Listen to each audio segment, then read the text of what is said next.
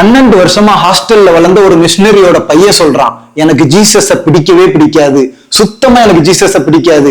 ஏன்டா இப்படி சொல்றேன்னு கேட்டா, ஆமா 6 வயசுல இருந்து 18 வயசு வரைக்கும் எங்க அப்பா அம்மாவுடைய அன்பை எனக்கு கிடைக்க விடாம பண்ண அந்த கடவுள் எனக்கு தேவையே இல்லைன்றான். ஜீசஸ் மட்டும் எங்க அம்மா அப்பாவை நார்த் இந்தியாவுக்கு ஊழியத்துக்கு கூப்பிடாம இருந்திருந்தா எங்க அம்மா அப்பா என்ன அனாதையா தவிக்க விட்டுருக்க மாட்டாங்கல்ல தனிமையிலன்னு கேக்குறான். இன்னொரு மிஷினரியோட பொண்ணு சொல்றா, எங்க அம்மா அப்பாவுக்கு ஊழியம் தான் முக்கியம் அப்படின்னா ஏன் என்ன பெத்துக்கிட்டாங்கன்னு கேக்குறா. கேட்கவே ரொம்ப சந்தோஷமா இருக்குல்ல. இன்னும் சில பிள்ளைங்க சொன்ன விஷயத்த வெளியில சொல்லவே முடியாது, சொன்னா கிறிஸ்தவத்துக்கே வெட்கக்கேடு.